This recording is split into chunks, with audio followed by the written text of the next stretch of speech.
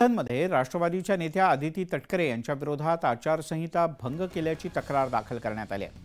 म्हसळा शहरात तटकरे यांचे बॅनर आढळलेत। दरम्यान अपक्ष उमेदवार असलेल्या राजाभाऊ ठाकूर यांनी निवडणूक निर्णय अधिकाऱ्यांच्याकडे याबद्दल तक्रार लेखी स्वरूपात दिली आहे। त्यामुळे तटकरे यांच्या अडचणी वाढण्याची शक्यता नाकारता येत नाही।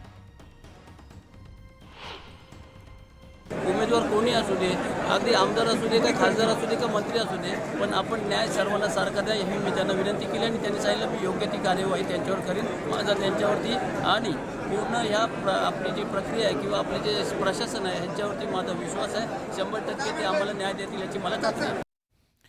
विधानसभा निवडणुकीतील प्रचार थांबल्यानंतर बीड विधानसभा मतदारसंघाचे शरद पवार गटाचे उमेदवार संदीप क्षीरसागर यांची बदनामी केल्याचा आरोप करण्यात आला आहे।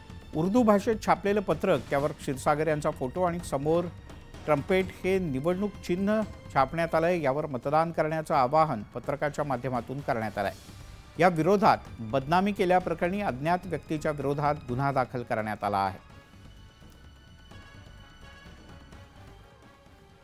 बुलेटिनमध्ये घेऊयात एक छोटासा ब्रेक। सर्व प्रकारच्या ताज्या अपडेट्ससाठी news18marathi.com या आमच्या वेबसाईटला लॉग ऑन करा। फेसबुक, ट्विटरवर आम्हाला फॉलो करा। आमच्या यूट्यूब चॅनलला सबस्क्राईब करा।